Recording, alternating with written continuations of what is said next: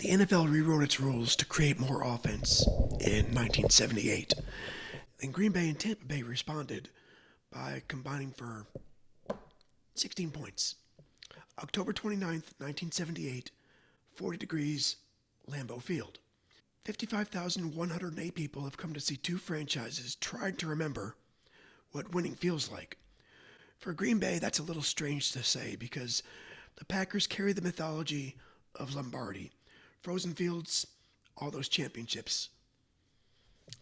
But Lombardi's been gone for nearly a decade, and since his departure, Green Bay's made the playoffs once. Tampa Bay doesn't have any mythology yet. The Buccaneers only began playing in 1976. Then they lost their first 26 games. But don't go by the helmets here. The Packers come in 6-2. They'd started 6-1. That's their best opening since 1962, before Minnesota beat them the previous Sunday. Tampa Bay's 4-4 after beating Chicago 33-19. They held Walter Payton to 34 rushing yards in that game. Green Bay's trying to become Green Bay again. Tampa Bay's trying to become anything. Right now, both teams think they might be pretty good. This is only the second time they met.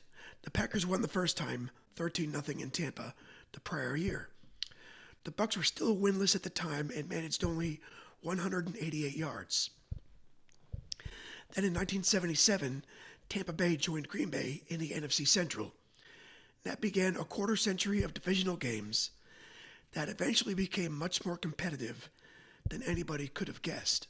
For now, though, this is the old king against the weird new pirate in the creamsicle pants. Bart Starr's in his fourth year coaching the Packers. As a quarterback, Starr won 5 NFL championships and the first 2 Super Bowls. As a coach, he's gone 4-10, 5-9, and 4-10. Following a legend is hard. Being the legend, then trying to restore your own kingdom might be even harder. Starr turned the roster over. Green Bay's average starter is under 25. Rookie receiver James Lofton, he's already flashing Hall of Fame talent, while second-year running back Turdell Middleton has come out of nowhere.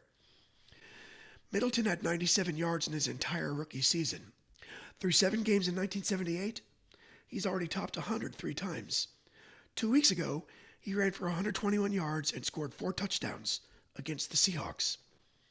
The quarterback's David Whitehurst, an 8th-round pick from Furman. He grew up as a Packers fan and wore number 15 in college because Bart Starr was his favorite player. Now Starr's his head coach. That's either a childhood fantasy or the most stressful job interview imaginable.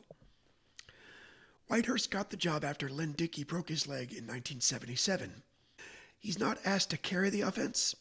Green Bay wants Middleton to control the game, Whitehurst to hit the occasional deep ball, and defense to create mistakes.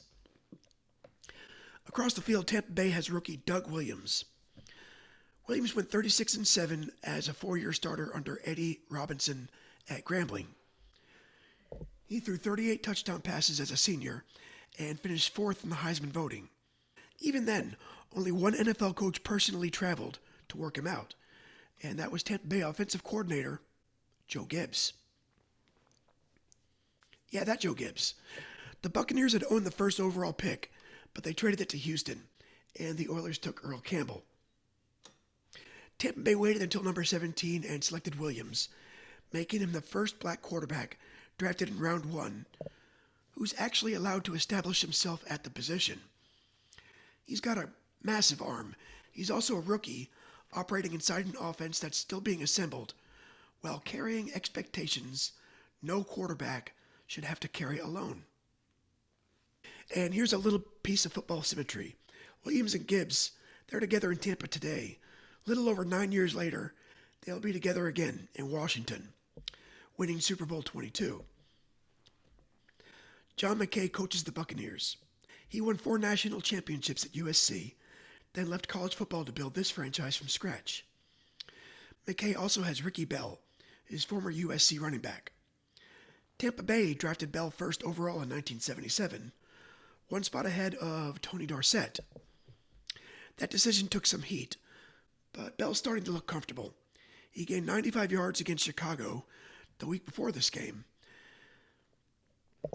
So behind Leroy Selman and a rapidly developing defense, these Buccaneers aren't comic relief any longer. They're dangerous. The timing's perfect because 1978 is supposed to be the birth of modern offense. Defenders can no longer mug receivers beyond 5 yards. Offensive linemen are now allowed to extend their arms while pass blocking. The schedule's expanded to 16 games, and the playoffs added another wild card. The league is begging teams to throw the football. Green Bay and Tampa Bay have considered that request and declined. Que sera, sera. The Packers strike first.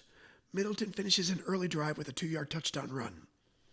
Then the extra point, the snap gets mangled. Holder Bobby Douglas can't get the ball down for Chester Marcole, leaving Green Bay with a 6-0 lead. That little mistake's going to hang over the entire afternoon. But Tampa Bay can't do anything. For the first 37 minutes, the Bucs don't complete a pass, and they don't even make a first down. That's remarkable, right? But what's more remarkable? Going 37 minutes without a first down, or somehow still being within 6 points after those 37 minutes? Because Green Bay had opportunities to bury them, but they kept giving the football away. Whitehurst threw interceptions twice, and the Packers committed 4 turnovers in total. Tampa Bay kicker Neil O'Donoghue misses a pair of field goals. The Bucs defense smothered Middleton, holding him to 37 yards on 20 carries. They also knock Whitehurst out of the game briefly after leaving him dazed. So Green Bay dominates the action without dominating the score. Then Doug Williams finally lets one rip. He throws deep for Morris Owens, who goes up between 3 Packers and comes down with the ball near Green Bay's goal line. That's 53 yards on Tampa Bay's first completed pass of the day. And that play accounts for more than a half of Williams' ultimate passing yardage. Ricky Bell powers it in from the 1, and O'Donoghue makes the extra point. Tampa Bay leads 7-6. This should be the moment where the young Buccaneers prove they've grown up. Almost. The fourth quarter turns into a field position fight. Tampa Bay's defense keeps Green Bay bottled up, and the Bucs get one last chance to extend the lead. O'Donoghue attempts a 35-yard field goal with a little more than 2 minutes left. He misses. Again. Green Bay takes possession at its own 20 with 2 minutes and 16 seconds left. Whitehurst, he's back in the game, but the Packers need roughly 50 yards to give Marcole a reasonable chance. They reach 4th down. Tampa Bay normally plays zone, but on the biggest snap of the game, Bucs switch to man coverage. Steve Odom gets loose, and Whitehurst finds him for 18 yards. That's the play, not the touchdown and not the kick. That 4th down completion is the tiny hinge holding up the entire game for Green Bay. Whitehurst gets Green Bay to the Tampa 30, and with 41 seconds remaining, Marcole comes out to try from 48 yards. He has the wind behind him, and the kick's long enough. And it's good. Green Bay leads 9-7. Tampa Bay gets one last chance, but Williams' last pass is intercepted by Willie Buchanan. The Packers survive. They didn't win comfortably, and they didn't establish dominance. They just survived. The numbers are as ugly as the score. Whitehurst finishes 16 of 31 for 173 yards and 2 interceptions. Williams goes 5 for 17 for 98 yards and 1 pick. Middleton got 37 yards on 20 carries, and Bell gets 30 on 20. Green Bay produced 18 first downs and 249 yards, but they also turned it over 4 times. Tampa Bay managed 7 first downs, 170 yards, and 3 turnovers. The Buccaneers complete only 5 passes. That'll remain the fewest completions Green Bay allows in a game for the next 26 years. And the Packers are 7-2. Do you buy it? If you're watching this in 1978, do you see a genuine contender? Or does a 9-7 home win against Tampa Bay scare the heck out of you? Because this is the high point. Green Bay loses its next 3 games and goes 1-5-1 after this afternoon. The Packers finished 8-7-1, tied with Minnesota on top of the NFC Central. Minnesota won the tiebreaker on the head-to-head. But Green Bay, they at least posted their first winning record since 1972. But the Great Rebirth, it's not coming. Not for a long time. Bart Starr lasts through 1983 and makes the playoffs once during the strike-shortened, field-expanded 1982 season. Tampa Bay finished 5-11. Williams suffered a broken jaw against the Rams the following week, and the Bucs win one more game. And even though that sounds bleak, they're going in different directions. In 1979, Williams returns fully healthy. Bell breaks out, and Buccaneers' defense becomes elite. Tampa Bay wins the NFC Central at 10-6.